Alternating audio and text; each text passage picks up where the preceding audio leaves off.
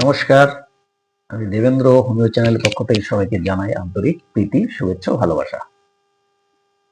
আশা করি সবাই ভালো আছেন ও সুস্থ আছেন। আজই আলোচনা করব ভিডিওতে হোমিওপ্যাথি মেডিসিন অ্যাসিড ফস 30 শক্তি ও 200 শক্তি। প্রথমে আমরা জানবো যে হোমিওপ্যাথি এই মেডিসিনটির পেশেন্টের চরিত্র কেমন হয়। এই মেডিসিনের পেশেন্টের চরিত্র এবং আকৃতি কেমন হয়, প্রথমত রোগা, জীর্ণ শীর্ণ এবং ভীষণভাবে দুর্বল। যে সমস্ত যুবকরা দীর্ঘদিন হস্তমৈথুন ও স্বপ্নদোষের কারণে যারা ভীষণভাবে দুর্বল হয়ে পড়েছে এবং শারীরিক এবং মানসিকভাবে দুর্বল হয়ে পড়েছে,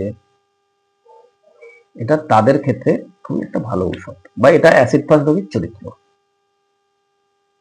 অ্যাসিড ফাস রোগীর অল্প বয়সে চুল পেকে যায়। অ্যাসিড ফাস রোগীর পেচ্ছাপ হয় সাদা দুধের মতো বা খড়িগোলা জলের মতো। অ্যাসিড ফাস রোগীর শরীরে একটা পিপিলিকা চলার মতো অনুভূতি অনুভব করে। অ্যাসিড ফাস রোগীর অনেক সময় অন্ডকোষ ফোলে এবং তাতে বেদনা থাকে। অ্যাসিড ফাস রোগী অনেক সময় পায়খানা বা পেচ্ছাপে গেলে, কোপ দিলে তার লিঙ্গ থেকে শুক্রাণু বেরিয়ে যায় এবং ধাতু বেরিয়ে যায়। এগুলো হলো অ্যাসিড ফাস রোগীর চরিত্র। এবার আসি অ্যাসিড ফাস রোগী কোন জায়গায় ভালো কাজ করে। অ্যাসিড ফাস ওষুধটি কোন জায়গায় ভালো কাজ করে, কোন কোন রোগের ক্ষেত্রে ভালো কাজ করে। অ্যাসিড ফাস ওষুধটি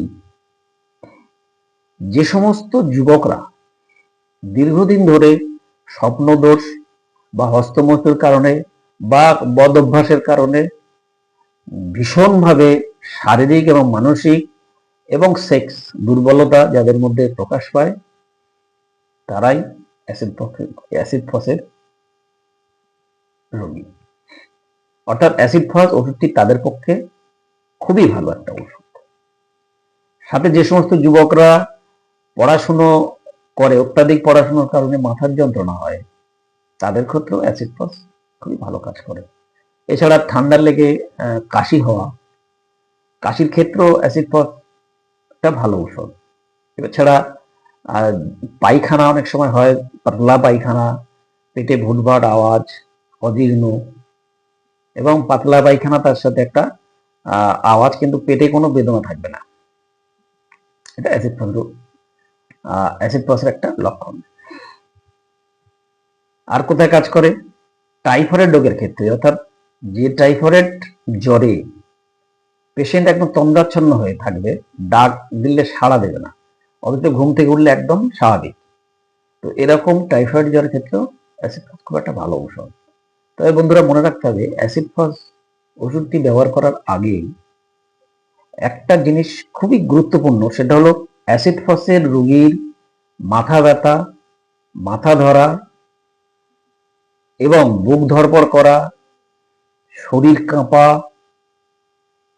এবং স্মৃতিশক্তি লোপ, হাত পা ঝিনঝিন করা, কোনো বিষয়ে চিন্তা করতে না পারা এবং কথা বলতে অনীহা, সাথে অনিদ্রা, ভয়, স্নায়বিক দুর্বলতা, এই জিনিসগুলো যে পেশেন্টের মধ্যে থাকবে, অবশ্যই তার জন্য অ্যাসিড ফস খুবই একটা ভালো ঔষধ। প্রথমে 30 শক্তি ব্যবহার করবেন, পর্যায়ক্রমে ওটাকে আবার 200 শক্তিও দেওয়া যেতে পারে।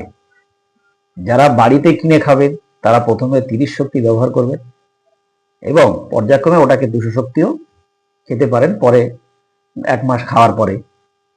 এবং যারা ডাক্তারি করবেন বা করছেন, তারা যদি ভিডিওটা দেখেন, তাদের ক্ষেত্রেও আমার বলার যে অ্যাসিড ফস ওষুধটি প্রেসক্রাইব করার আগে যে যে লক্ষণগুলো, চরিত্রগত লক্ষণ এবং রোগের লক্ষণগুলো বললাম, এগুলো দেখে যদি আপনারা প্রেসক্রাইব করেন এবং ওষুধ দেন রোগীকে, অবশ্যই একটা ভালো রেজাল্ট পাওয়া যাবে। তো আজকে এই পর্যন্ত। সবাই ভালো থাকবেন, সুস্থ থাকবেন। শেষ করছি।